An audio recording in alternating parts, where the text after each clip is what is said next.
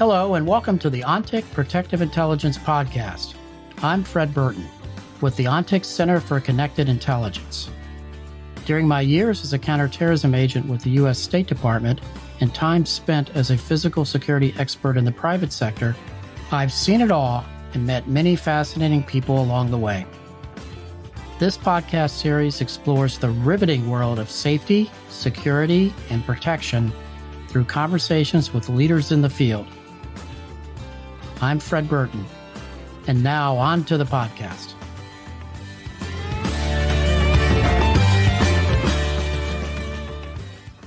Hi, I'm Fred Burton, and our guest today is Amanda Mason. Amanda is the Vice President of Intelligence for the Related Companies. She is responsible for the integration of information from various sources and bridging the gap of cyber threats, national security, local law enforcement, physical security, and business intelligence. She also provides threat information and solutions to the various subsidiaries under related companies, which include real estate, infrastructure, manufacturing, hospitality, and international finance. Amanda is also a reservist, currently serving as the Director of Intelligence for the District of Columbia Air National Guard. With over 27 years of service, Amanda has held various positions in the intelligence and special operations communities. Amanda, welcome to the ONTIC Protective Intelligence Podcast. Good morning. Thank you so much for the warm welcome. Oh, it's certainly our pleasure. We've been looking forward to this for a while.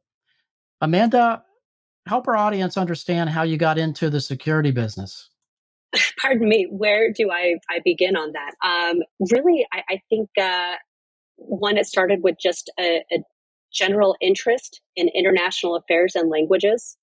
And from there, I think when you start studying, history of regions, it really starts to translate more into the history, the lessons learned, things that have happened, with certain situations. Especially, I started off as a linguist in the Air Force, Arabic linguist, and so my time on the job really just translated not only the languages, but it really moved into national security. And with that, just getting that hands-on, on-the-job training immersion as part of the national security process and programs. And so by doing that sort of hands-on experience, that's really where you start learning that you're really becoming a subject matter expert in different types of missions and operations. And so as my career progressed, the more experiences I garnered, whether it was as a translator or in counterterrorism, moving into cyber, and then within missions across the intelligence community and the interagency, it really started to grow as a subject matter expert. So instead of a traditional study of security, I really was immersed in security.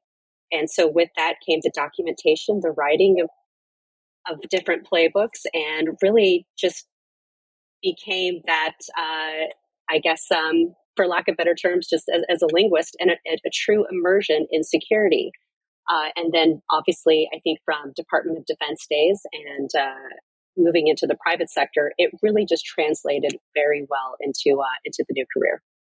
Amanda, how did your experiences in the National Guard and the Department of Defense influence your leadership approach in the work you do today? That is such a great question, and I definitely feel like there's more than one part to that. And really, the first thing that comes to mind is the way that the military provided us opportunities to learn about leadership and leadership styles. So the military gives us an opportunity to learn, the content, the academics. It actually puts us in the positions to practice what we have learned. And then it grades us on the ways that we actually utilize and implement what we have learned, which is extremely beneficial because any leader knows you need feedback not only from your peers, but also from the people that you are leading. And I think that feedback loop is extremely beneficial because it's also, it gives us a chance to understand our weaknesses as well as what our strengths are, and then to adjust, because as we know in security operations, we always have to adjust. And that leadership style is very important depending on the situation, right? If we can have a chance to do more long-term strategic, it gives us a chance to really, I think, encourage diversity of thought, right? In intelligence and security, of course, we all have different perspectives of something that could happen, and we'll agree and we'll disagree. But that type of leadership, I think, is extremely important when you have to understand how everyone's experiences are going to play and apply that to a potential security piece. And I think additionally, the followership style is something very unique to the Department of Defense as well as the National Guard, because we all know our leaders and our commanders, whether it's a business line or it's an on-scene site command, that we have to understand how to then to adjust our response. And I think those two tools have been extremely important, especially as we move into into security operations. And then, of course, the last but not least is because I've had great mentors and great bosses who have given me the feedback, both positive and negative, to help me become who I am today. I think that desire to pay it forward and to help train the next generation of young security professionals has definitely stayed with me. Just because I've been taken care of, it's great to help get the next batch of security professionals in line to be my replacement in the future. Yeah, well said. I know a lot of folks struggle transitioning from the government and into the private sector. I mean, I think back on the time frame when I left, 25 years ago, and it was a big transition. So for most of us, there are surprises when you transition. So when you transition from the National Guard into the private sector, what surprised you the most? I think sort of piggybacking off of what you said for your experience and things that have somewhat changed as I made the progression. The first thing, of course, that surprised me is the terminology and the processes. To go from a Department of Defense and government perspective to a corporate perspective, where in the military, right, we in process, we hurry up, we wait, but we know what the outline is going to be of what we need to do next. And that is completely different in the private sector, where you may not know what the process is as you transition or move to looking at being hired by another company. It's not as apparent as it is in the military, and I think that causes some consternation for people moving from a uniform perspective into the private sector. So that process has been, I think, a challenge. But what I really like seeing is our experiences in uniform are translating even more so into the private sector. And so I think as that translation occurs, more more service members separating and moving into the private sector will have a better transition process. But really, what sort of shocked me, there are two things that really shocked me the most in this transition. And one was the selling of security, basically. In the military, if we say that there's a threat, it's a very easy sell to our senior leaders. First question they ask, what do you need? How can we stop it? And the money is there. The military left right limits, I mean, in the end, that is the inherent role of the military, is to protect.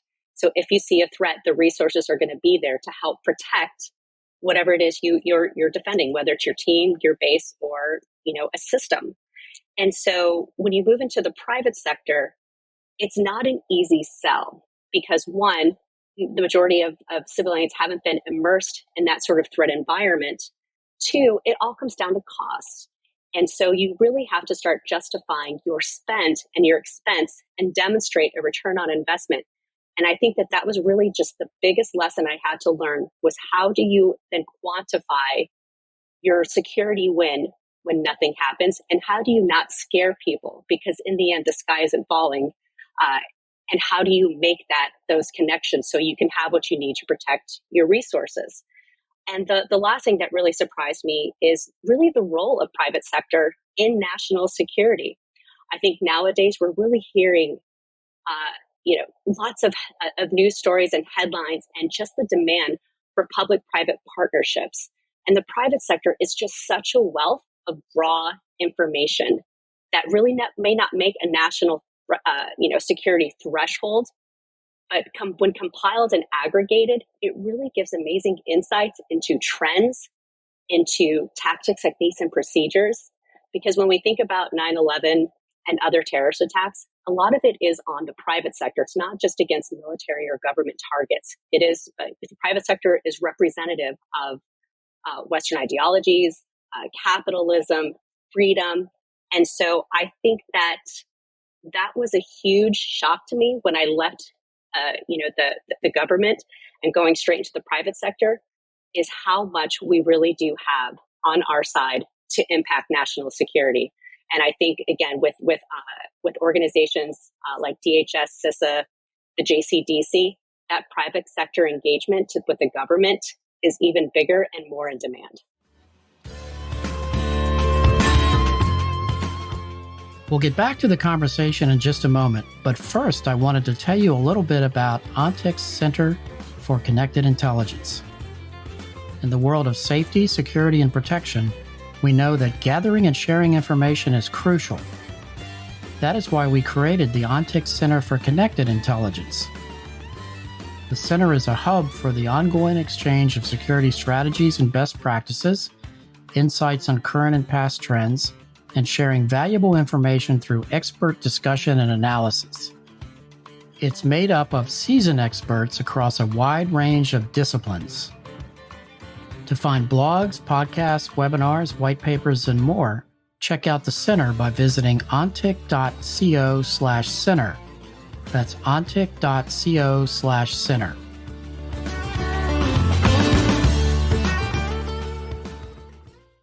Amanda, for those who may not be familiar with related companies, please tell us a little bit about the company and your role. Sure. So, Related Companies is the largest privately held real estate company in the US. We have mixed use, commercial, as well as luxury and affordable developments. If you think of Related Companies, really Hudson Yards is our not only our headquarters, but our largest development. It was the largest development in U.S. history, and there hasn't been a development like that since the Rockefeller Center. In addition to the real estate side, we also have subsidiaries where that range from hospitality and fitness to gaming to restaurants. Really, when you think of the critical infrastructure sectors, we're a part of that in the sense of we have venture capital, we own football teams, we own the property, we have the drone racing league as part of that venture capital. So our range is across the board, and now we're moving into energy and lots of other fields. So it isn't just necessarily a real estate company, but we do have a huge role across a very wide spectrum. And then specifically my role, so very similar to what my role was in the government, which is really, sort of my title says intelligence, but really it's a mixture of what we would have intel and force protection on the military side, as well as government relations and government affairs. So my role specifically is to look at all our sources of information, sort of aggregate that and use our analytic process, analyze, report, dissemination.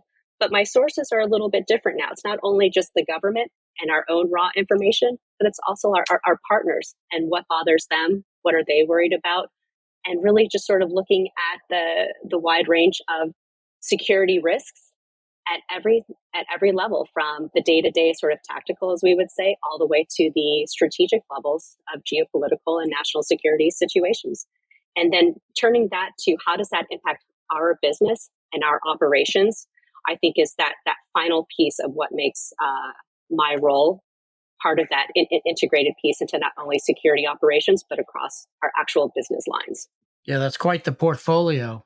How do you see security's role in influencing decisions around office locations? That's a great question. Nowadays there definitely is, I think, a very strong role for security operations regarding the selection of locations and office spaces. I think as we see across the news today, right, crime, threats of workplace violence, all these weigh on people's minds because nowadays companies are really being held responsible for the safety and security of their employees. And so security really has that huge role of what is the facility look like? What are the security measures? What are the technologies that are in there? Can I work with the company to get whatever else I need to help keep my employees secure? And it's not just secure, it's also safe. And when your employees are safe and secure, then obviously you get that productivity. You get that excitement to come into the office because people aren't nervous about what's going to happen in their area. So I think that those procedures, as well as those protocols that are in place, security has a huge role in that, because mostly companies they want to help minimize their risk and their exposure. Because again, nowadays, the costs are very high for these types of criminal acts and incidents to occur at or near their property. Amanda, what advice do you have for corporate security teams when partnering with real estate or corporate leaders in managing and selecting office space? There's definitely a few things that I have seen that work. That would be my advice. And the first thing is there a security team there on hand, or do you need to bring in more? If they're on hand, what are their resources and their procedures? Do you have an ops center? How do you relay information back to the company as a tenant? How are you sharing information? What's the relationship with the security team, with the local police, as well as with the local government? What exercises and relationships and information sharing will continue in the long run? I think that these are extremely valuable, that not only are people looking for in amenities in buildings, but also in a security team at a specific site. So understanding the environment, the crime, the risks, and what is that security team doing to minimize, mitigate, and reduce those vulnerabilities. Amanda, is there anything that you would like to say that I haven't asked you? Nothing really comes to mind. I think that the questions were just amazing, and I hope I hit the points that were of interest and that you were looking for. You were spot on. It was very engaging, and we really, really appreciate you taking the time to be with us today. Well, thank you so much for having me. It's been my pleasure.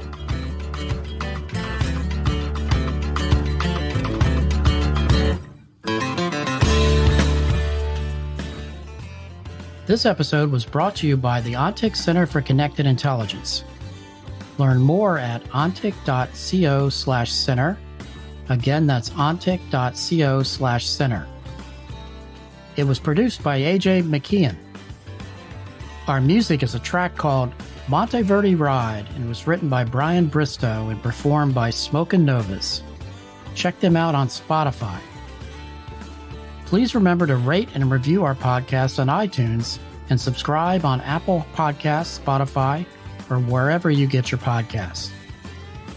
If you have questions, we'd love to hear them. You can reach us at podcasts@ontic.co or visit ontic.co/center for more information. Thanks for listening.